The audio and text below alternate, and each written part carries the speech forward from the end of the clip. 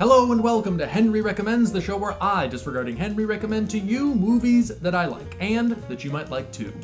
In this episode, I'd like to recommend the latest from Sean Baker, director of such brilliant films as Starlet and Tangerine, a remarkable drama titled The Florida Project. In a shabby motel not too far from Disney World lives a struggling single mom, played by Bria Vinate, and her 6-year-old daughter, played by Brooklyn Prince. Life is tough for them. It's a week-by-week struggle to scrounge together money for rent, to feed themselves every day, and most importantly, to stay out of trouble. To a lot of people, viewing from the outside, their existence would seem to be one of abject misery. But we're not viewing them from the outside.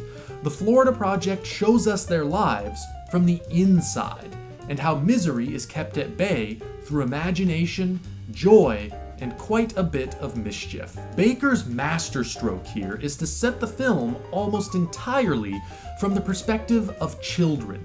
Their energy, their exuberance, and their natural curiosity propel this film. We follow them through a succession of brief vignettes as they make this world into their playground, their shenanigans sometimes going a little too far, but never motivated by malice. The story oftentimes moves without a clear direction, which will likely try the patience of audience members used to a more conventional narrative experience. But the screenplay by Baker and his frequent collaborator, Chris Bergach, is very clever in the way it surreptitiously sets up information.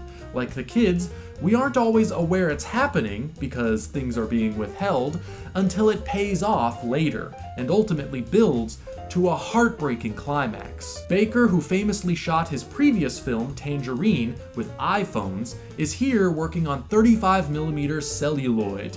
Cinematographer Alexis Zabe utilizes the Florida sun and colorful locations to capture images that pop right off the screen, and the frequent use of wide-angle lenses allows Baker to maintain an arresting intimacy with his characters. I was surprised to realize, not long after watching it, that this film bears many similarities to a film I recently revisited, Terrence Malick's Days of Heaven.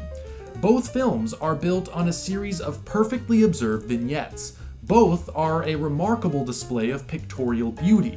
Both examine poverty and social divisions, and both are profoundly enhanced by the fact that they take place from the point of view of children. But I felt additional influences on top of that. The grittiness of Italian neo-realist films, the unflinching rawness of Larry Clark, even some of the rebellious joy of Where the Wild Things Are. Baker has taken all of those influences, and more, and made them his own. If there were an Oscar for Best Casting, this film would win. Baker is an expert at mixing professional and non-professional performances in a way that feels absolutely authentic.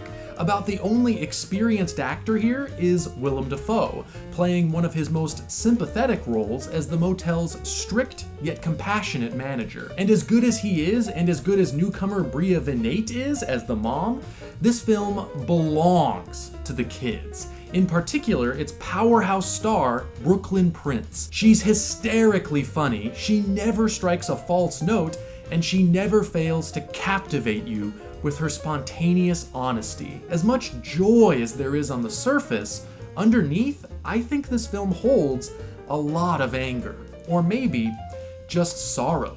I don't think the irony of setting it in a motel called the Magic Castle is lost on Baker. He uses Disney World as a representation of class division. There is a world without care, a world of security that is forever closed off, a place to which these characters will never have access. These people are forced every day to deal with increasingly dire circumstances, and they don't always behave in a way that you might traditionally call likable. But Baker refuses to judge them. Instead, he forces us to empathize with them, to understand the desperation driving that behavior, and he has achieved powerful results. The Florida Project is currently playing in theaters, and if you can catch it, it's absolutely worth experiencing.